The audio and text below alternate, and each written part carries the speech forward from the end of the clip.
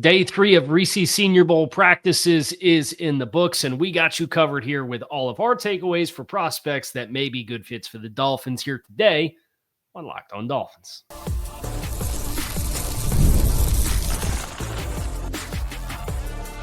You are Locked On Dolphins, your daily Miami Dolphins podcast, part of the Locked On Podcast Network, your team every day.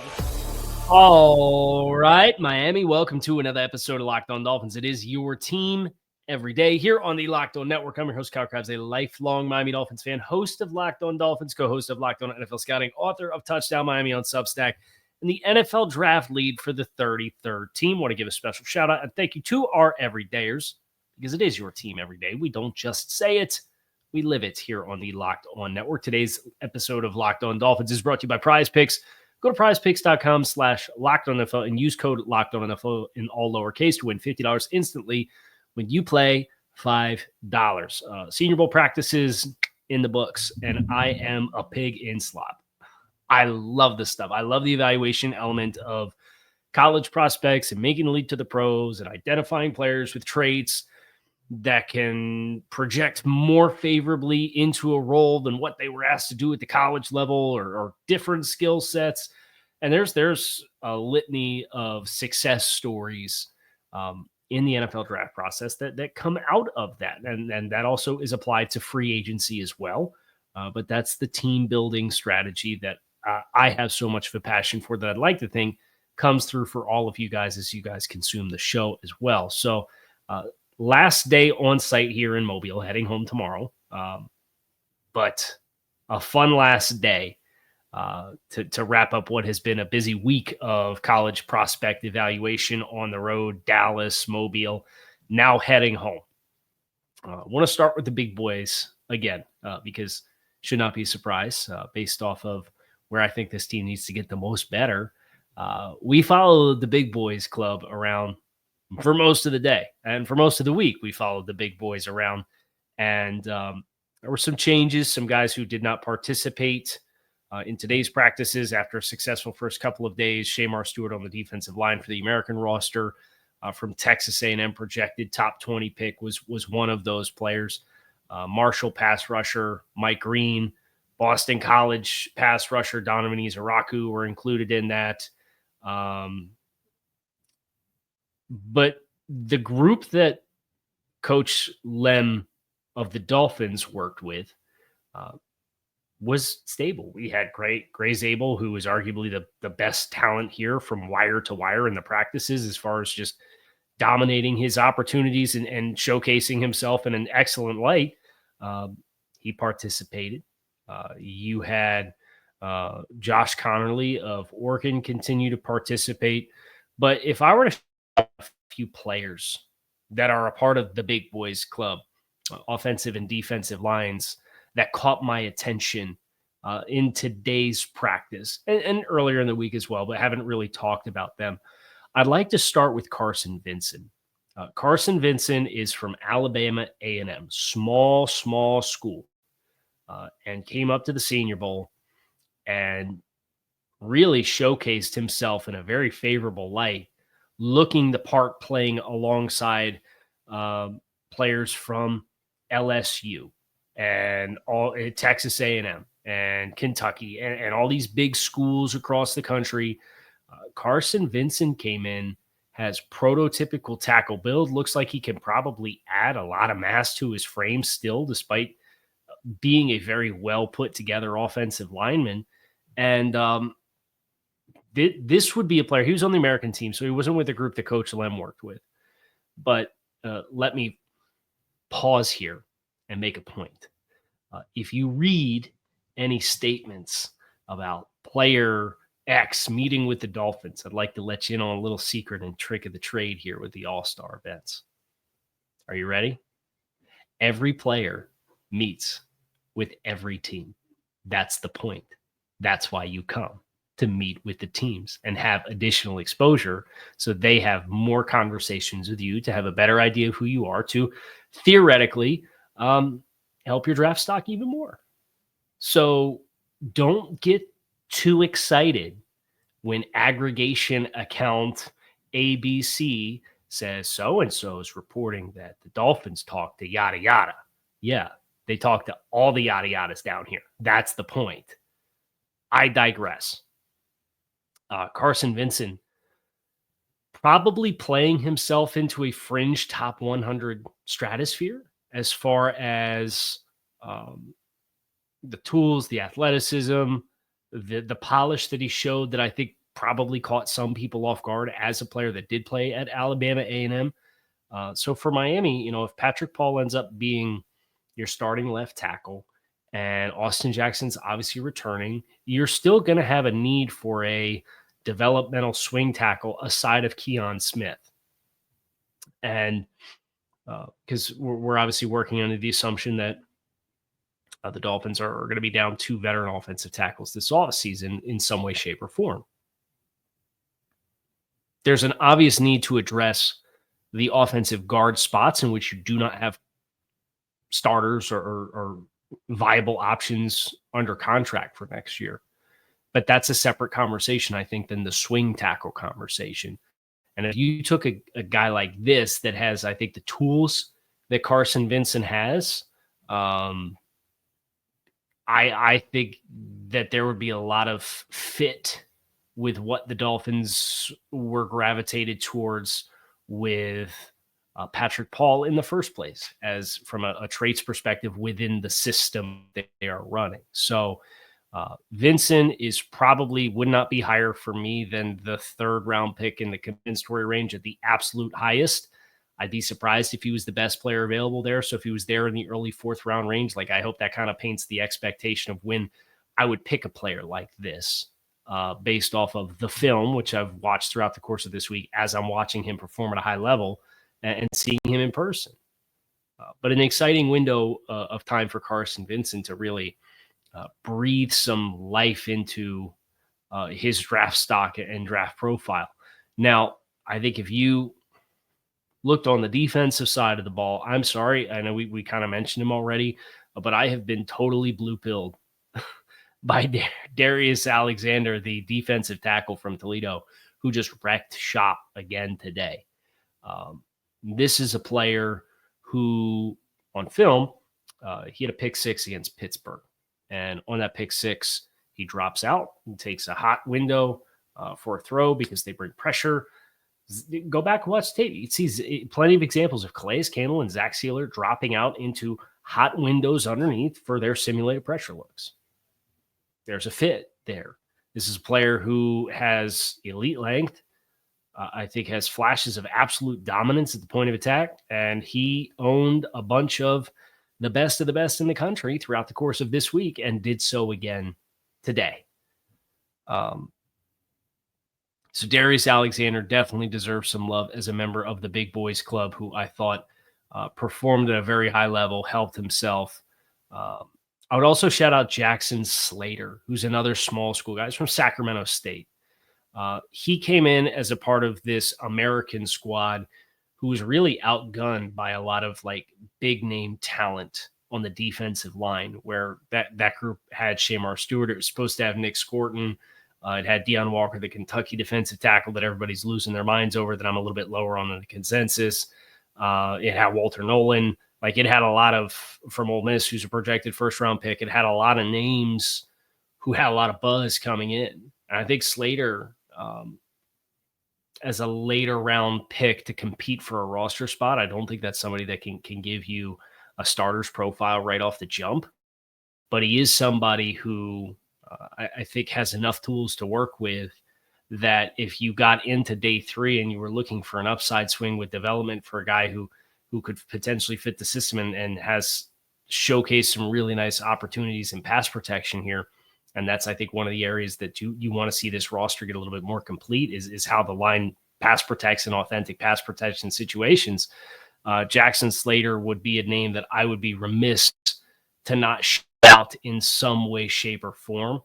So just want to continue to bring new names. I could sit here and continue to ooze about Gray Zabel, who I think if you were to draft him as Miami, if you saw him on the board at 48, you'd run the card in if that was what you were intent on using a pick with the first couple picks to add a potential starting interior offensive lineman, like that would be a play. Yeah, I would totally expect and be cool with based on the performance that he's had in his college tape at offensive tackle at North Dakota State, right?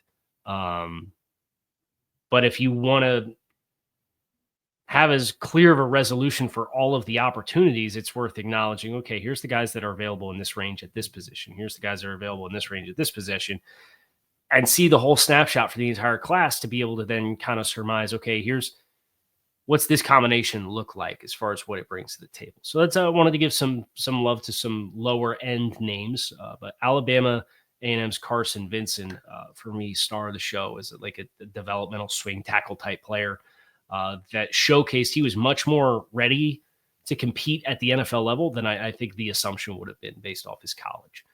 We are going to get into some linebackers. Got a chance to catch some of the linebackers here today at Senior Bowl. That's coming your way next. So make sure that you guys stick with us. This is a message from sponsor Intuit TurboTax. Taxes was waiting and wondering and worrying if you were going to get some money back this year, and then waiting and wondering and worrying some more. Well, now Taxes is matching with a TurboTax expert who could do your taxes as soon as today, an expert who gives your taxes their undivided attention as they work on your return, while you get real-time updates on their progress so you can focus on your day. An expert who will find every deduction possible and file every form, every investment, everything with 100% accuracy. Also, you can get the most money back guaranteed. No waiting, no wondering, no worries. Now, this is Taxes. Get an expert now at TurboTax.com. Only available with the TurboTax Live full service. Real-time updates only in the iOS mobile app. See guaranteed details at TurboTax.com/guarantees. All right, so linebackers. This is a group that it's a tough position to evaluate down here, right? That and running backs, because there's no live contact through the ground. And your primary responsibility as linebackers to tackle the ball carrier, right? So it creates this awkward dynamic of these guys they look good, but their pass coverage stuff, they're not getting a lot of the regular leverage that they would have in zone coverage with guys that protect them from having to cover too much grass. You see guys who can't utilize their hitting power to the best of their ability, and it kind of cuts down their appeal as football players. It's because it's a loaded deck against you to some degree. So as I look at some of the linebackers who I thought popped throughout the course of the day today, I know we mentioned Bassa from University of Oregon already. He's a former safety, and he's built super rocked up build. Looks like he's a first off the bus type of player. And I think in watching some of the individual drills, which the American team bludgeoned you over the head with a bunch of individual drills, but Bassa on the national team, you got to see the transitional quickness and the foot speed. And he's a longer guy. He's not one of these guys with the stubby arms that limits your tackle radius, because even if you're in position, you know, if you have 31-inch arms versus 33-inch arms, that's an extra 4-inch tackle radius. And in a game of inches, which the game of football is, that can be a big deal. And for Bassa, it was seeing the transitional quickness, knowing he had the length. He's the one I'm probably the most intrigued with for the Dolphins, although you do have a name like Darius Alexander, he's on my mind, Demetrius Knight from South Carolina, who did not have a great day of practice today, just because he's a 245-pound linebacker who does not have that transitional element to his game. But he's somebody that within a phone booth is explosive in linear situations, can get sideline to sideline, but the change of direction stuff with him and the flip and carry stuff with him is a little bit more modest because of just how big of a linebacker he is. I think if you look across some of the other linebackers that were here, I thought Smal Munden from Georgia, number 32, probably had the best day of practice of the linebackers. He was very active. He got his hands on a number of footballs in coverage, whether that was in one-on-one situations or team settings. Had a number of plugs in which he was eager to get down into the line of scrimmage. Moved well. And that's the challenge for linebackers in today's game, right? Is you have the task of covering as much grass as you can, while simultaneously this is a hard environment to evaluate those guys because they have to cover too much grass. So if you do well with it here, theoretically, you should be well prepped for what life has to bring you at the NFL level.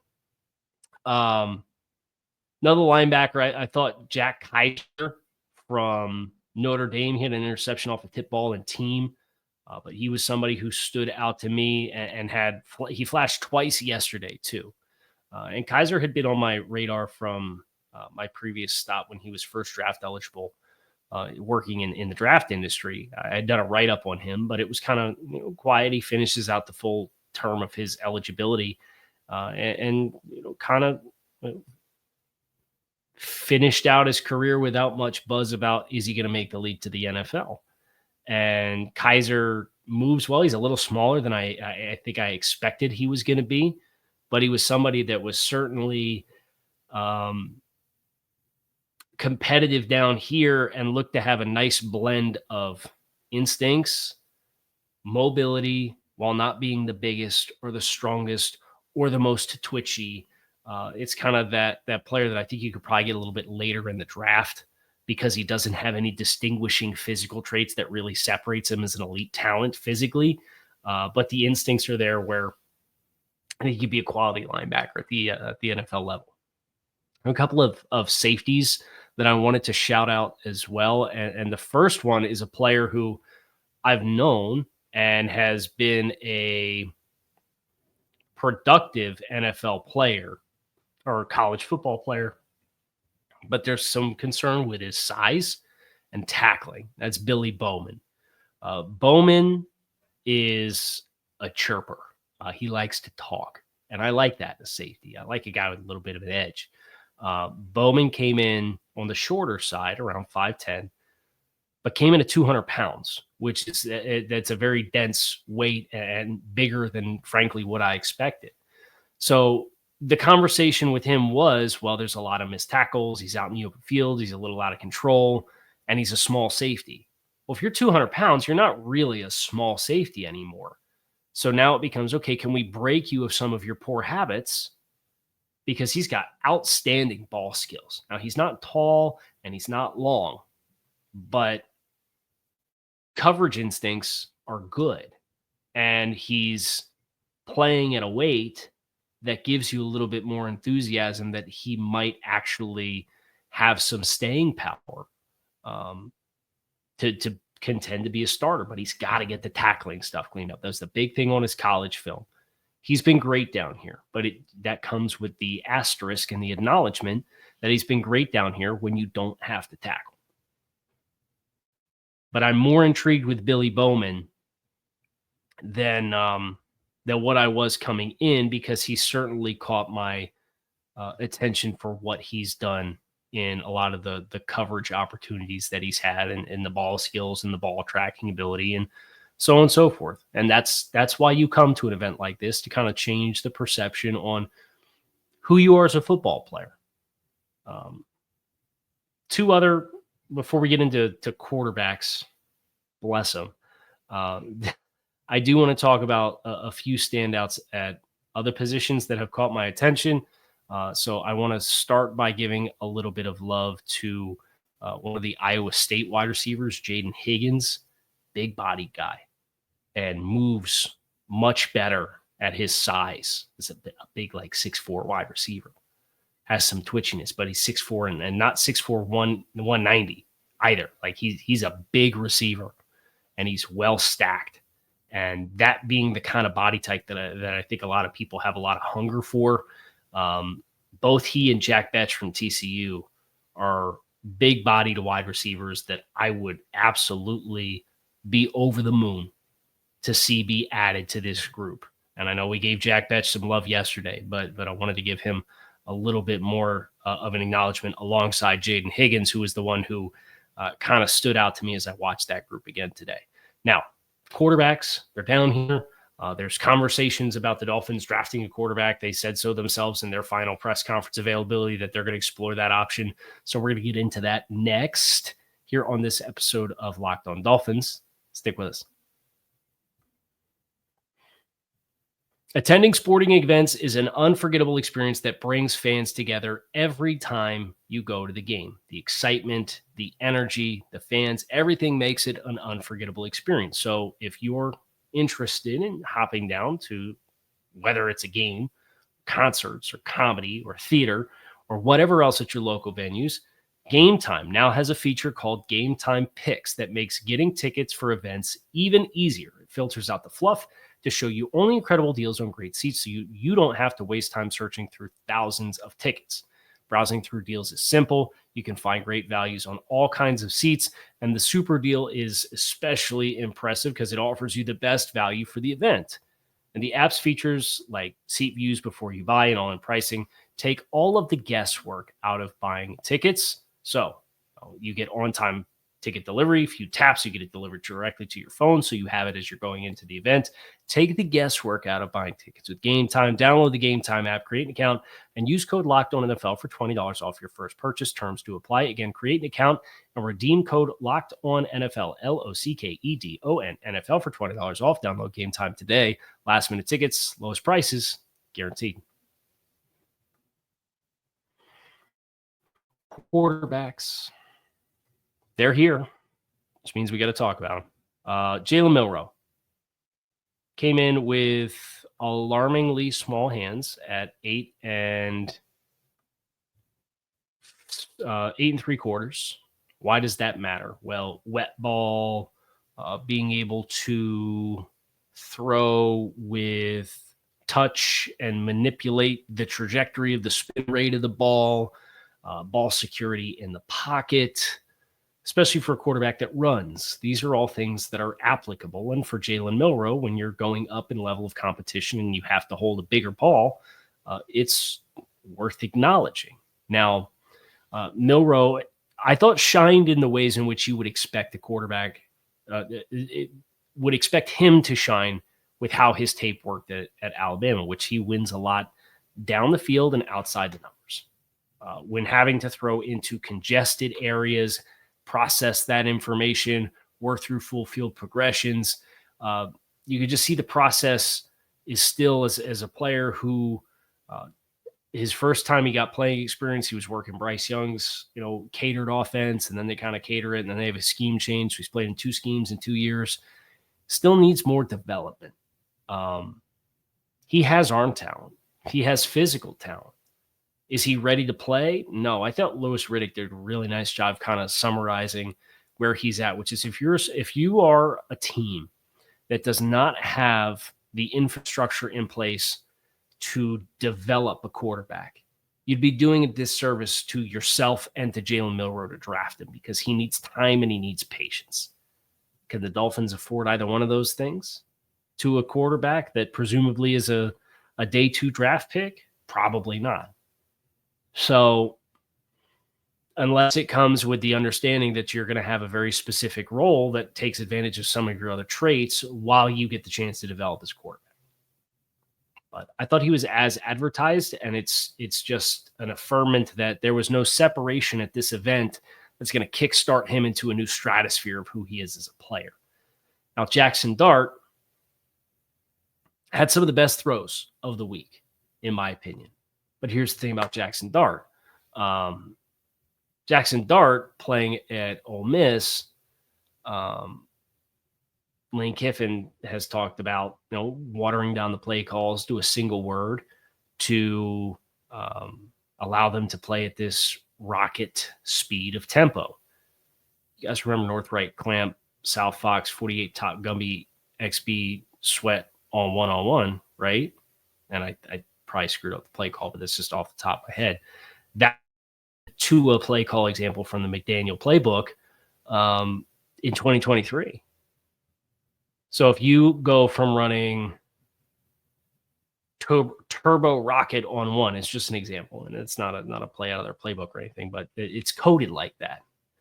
2, north, right, clamp, south, fox. That's just the formation.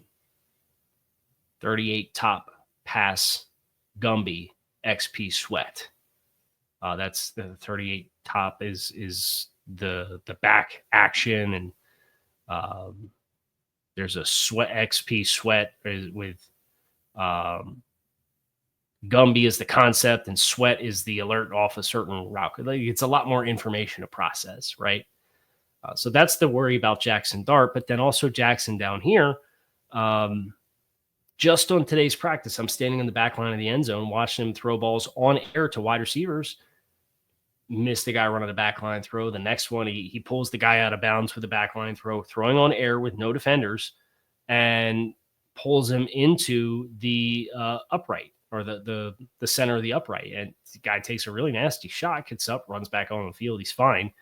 And then has a throw to Jack Betch in the high red zone when they're in high red zone stuff, where he's a little late. He alerts it and tries to throw an outside release go against cover 2, and he's a little late, and he doesn't put it on the back shoulder, and Jack Betch gets lit up by the safety, and it's not even supposed to be that kind of contact.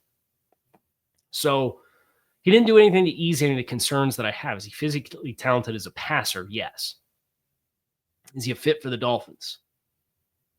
That I don't have the confident answer to, but I would have my questions if that was a route that they chose to go with a presumably day 2 draft selection. The next best quarterback here might end up being Tyler Shuck from Louisville, who's an older player, spun the ball well, but he's been all over the place, and he was playing with Justin Herbert at Oregon. That's how long the guy's been in college. So for this event, I think there's 2 viable quarterbacks that are worth the conversation to me as far as the urgency that Miami should feel at that position. That's going to do it for us here on Locked On Dolphins. It is your team every day. As always, I appreciate you guys for checking out the show. Make it a great rest of your day. I will be traveling home tomorrow, and we will get the Friday show up either very early or very late. It depends on if I have a chance in getting the rest of the work to get done here, done, and then record before I leave tomorrow morning. And then if not, then I'll get home and get settled, and we'll run something later tomorrow night / early Saturday morning. But you've got at least one more show coming this week. We'll see what other potential news we might get in the process. If we get something crazy, we'll be there for you. That's what we do. That's why it is your team every day. Appreciate you guys as always. Make it a great rest of your day. I'll talk to you all again soon.